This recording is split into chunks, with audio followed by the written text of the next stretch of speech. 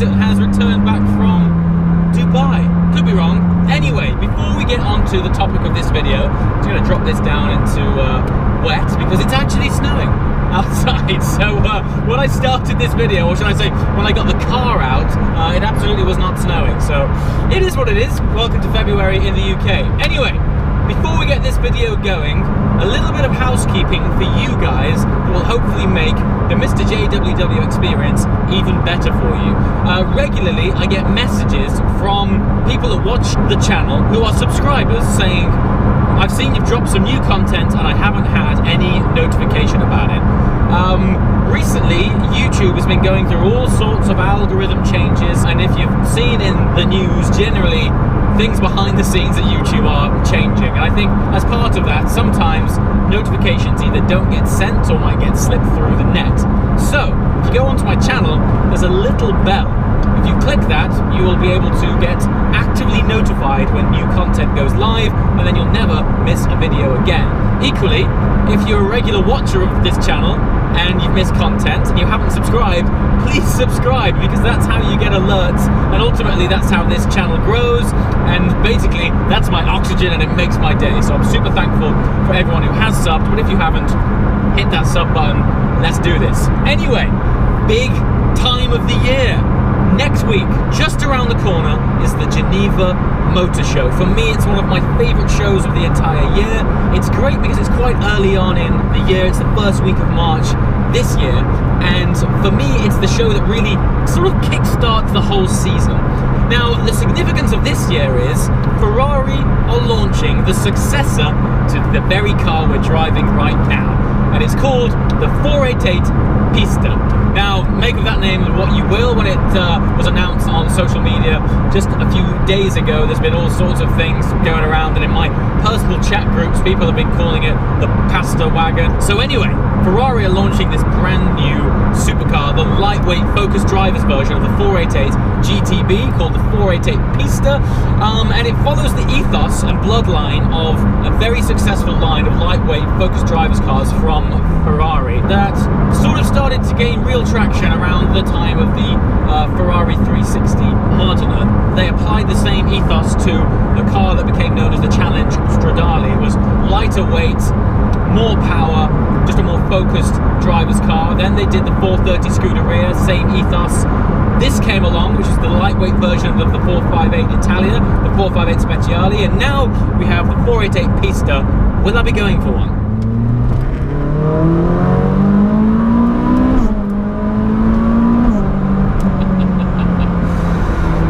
And so that sound and that engine is exactly why we're having this conversation. Now, since this car launched, a lot has changed.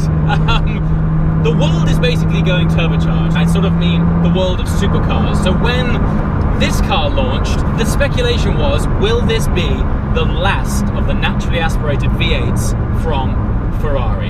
And when it launched, no one was really sure, but it transpired that in fact, yes, it is. And so first of all, we're talking here really more a little bit about my personal position with this car. The thing is, there's so many factors here, there's so many variables. The first thing is, with this being the last of the naturally aspirated V8s, it is such a significant special car, not only for Ferrari's history, but for automotive history, because Ferrari themselves are such a big player within the supercar world space, that it really puts this car in such a unique area that I can't help but think that when we look back in future, this thing might have such a special place in history that if I did end up swapping it for the 488 Pista, I'd probably end up kicking myself. Now, for those of you guys who have joined this channel since I had my first 458 Speciale, let me give you a bit of background context.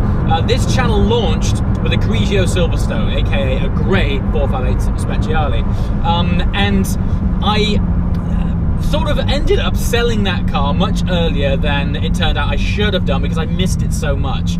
I ended up filling that gap with a GT3, and then I ended up buying back another Speciale, which is the one we're in right now. So needless to say, this car has somewhat of a special place in my heart. That aside, we're talking about comparing cars here. Now, since that car launched, I've had so many comments and interactions on my Instagram and YouTube saying, are you going to go for the 488 Pista? Well, let's continue the conversation. As I mentioned, the car world has changed and it's evolved massively towards turbocharged engines. Why I say that is because while I think obviously the 488 Pista is a very special car now, this is Ferrari's first generation of modern day turbocharged supercars. In years to come, it's going to be another turbocharged supercar. And then of course, since this car's launched, we have McLaren, who are a new player in this game, saying actually all of our cars are turbocharged supercars, and look at the performance they're getting out of their sort of entry-level cars. I recently sold a McLaren 675 LT, which the performance of that reconfigured my face. It was absolutely incredible performance, particularly on track. In a straight line, their entry-level supercar, the 570S, was basically as fast. And this is a car that's like 150 grand with some spec on it, and they class as their sports car, not even their supercar. It's part of their sports series. And so the world is going towards these turbocharged engines. Now, there's one thing about Ferrari that they do very well, is they sort of sprinkle this emotion dust on their cars. It's an intangible quality that you almost can't put into words, that they manage to extract theatre from components that you wouldn't really imagine capable of doing so. Now, I'm hoping that they've done that with the 488 Pista, because ultimately it's still a turbocharged car, and if you listen to the GT2 RS and even the McLaren 720S, they don't really sound that great. Okay, so that might be doing those cars an injustice. It's not that they don't sound that great, it's just that they don't sound that great compared to that. And that's the main point here. It's, would I swap the 458 Speciale for a 488 Pista? But actually, the biggest argument for me is the miles per gallon thing that I often talk about. How fast can you really drive on the public road? I mean, all of these, like a Porsche Cayman is too fast, right? These things are entering a world of speed when it comes to the context of the public road that it just doesn't matter anymore, right? And so when you're predominantly a road driver, you have to think, what do you want out of a car? And I learned this lesson with the McLaren 675 LT and the 720S in bucket loads. It's like, yes, they're ballistically fast, but it seems to be at the detriment of emotion until you get it on a track, and then they're not actually track cars. So will the Pista be like that? This car, you can drive it relatively slowly, and it sounds like this. That's 40 miles an hour, by the way. So, I mean, it's a good job as well, because the snow is really coming down right now. I am actually in a blizzard. I'm not even joking. It's I can see about 6 feet in front of me, so good time to do a video in the snow. So yes, comments below on that case, really, the whole theatre versus speed thing. I think this is where brands like Singer, the guys that reimagine classic 911s, Singer have got this fantastic balance of driver engagement versus speed. Don't get me wrong, they don't hang around, but that's not their primary focus. They're not showing you bullet point list of how fast they achieve their 0 to 60, 0 to 100 times. It's sold on emotion only. And this car, for me, was bought purely with the heart. There was very little, you know, thoughts about how fast is it. It wasn't about that at all. The funny thing is, now the Pista for me is turbocharged. That's all I'm thinking about. I'm thinking about how will it compare to a 720? How will it compare to a 675 LT? Let's face it, you can't give a quantified quality answer without driving the car and really experiencing it. My instinct right now suggests no. The fascinating thing was that I put up a picture and a question on my Instagram recently asking that exact question. Would you swap the 458 Speciale for a 488 Pista? The response to it was crazy. Several hundred comments, opinions, multiple chats, multiple threads within there, people chatting amongst themselves, and that was kind of what it inspired me really to make this video, was the interest from you guys, the audience, as to that topic.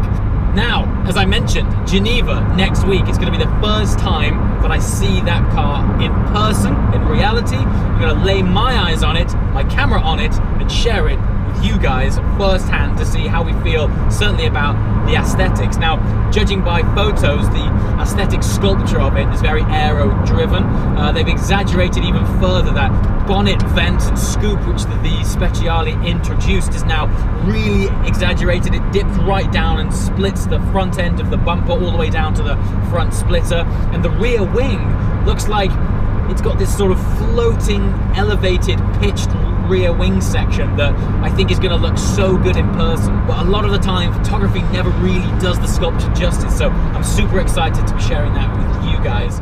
Let's talk about the differences between these two cars. Well, most of all, it's power.